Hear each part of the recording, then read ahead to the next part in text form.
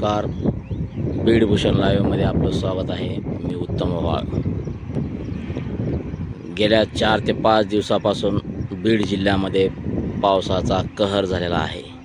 याच कारणाने आज शेतीमध्ये बाजरी, उडीद, मूग, तूर हे पिके पाण्यामध्ये आहेत। अक्षरशः आता काढणीसाठी अडचण येत आहे। ज्या पावसाची प्रतीक्षा होती नागरिकांना, त्याच पावसाने आज शेतकऱ्यांचे व नागरिकांचे जीणे मुश्किल करून टाकले आहे। जेणेकरून शेतकऱ्यांना आता बाजरी, उडीद, मूग काढता येत नाही, कारण की पूर्णपणे पाण्याखाली आहे। आतमध्ये जाऊन काढायला गेलं तर गुडघ्या इतकाली पाय आतमध्ये जात आहेत पाण्यामध्ये, चिखलामध्ये। अशी कसरत करूनही शेतकऱ्याला आपलं पीक आलेलं घेता येत नाही, हे आपल्याला पाहावयास मिळत आहे। आपण पाहू शकतात, ज्याही कुणीकडे नजर फिरतात त्या तिकडे पाणी दिसत आहे आपल्याला। जर शेतामध्ये इतकाली पाणी असेल तर शेतकऱ्याने कशी पाण्याच्या हातून आपलं पीक घ्यायचं आहे।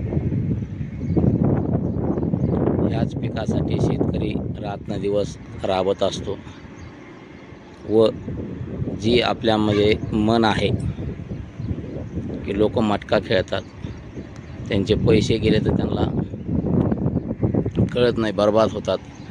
पण शेतकऱ्याने खेळलेला मटका असंच म्हणावं लागेल का काय? पण शेतकरी करणार तरी काय आता यामध्ये? एक तर शासनामार्फत नुकसान भरपाईचे पैसे मिळतात, काही जणांना मिळतात तर काही जणांना मिळत नाही।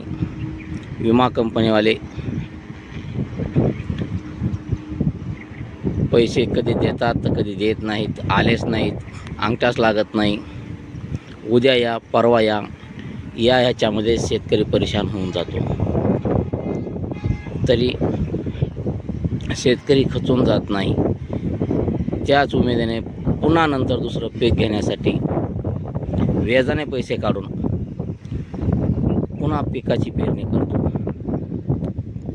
पण जर असंच घडत राहिलं शेतकऱ्यासोबत तर शेतकऱ्यांनी नेमकं करायचं काय, असा प्रश्न शेतकरी शासनाला विचारत आहेत। तरीही प्रशासन याकडे गांभीर्यानं पाहत नाही।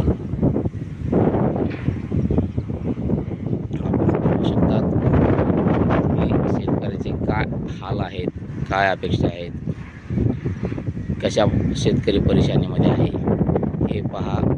मूग आहे, या मुगामध्ये कसं शिरायचं आणि कसं पीक काढायचं, याच्यामध्ये पूर्णतः पाणी आहे।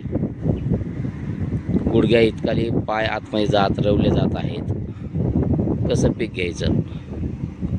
त्याच्याच बाजूला बाजरी आहे, ही बाजरी काढायला आलेली आहे पण काढता येत नाही। म्हणजे जेवणासाठी ताट वाढलेलं आहे पण जेवता येत नाही, अशी प्रोसेस शेतकऱ्याची झालेली आहे।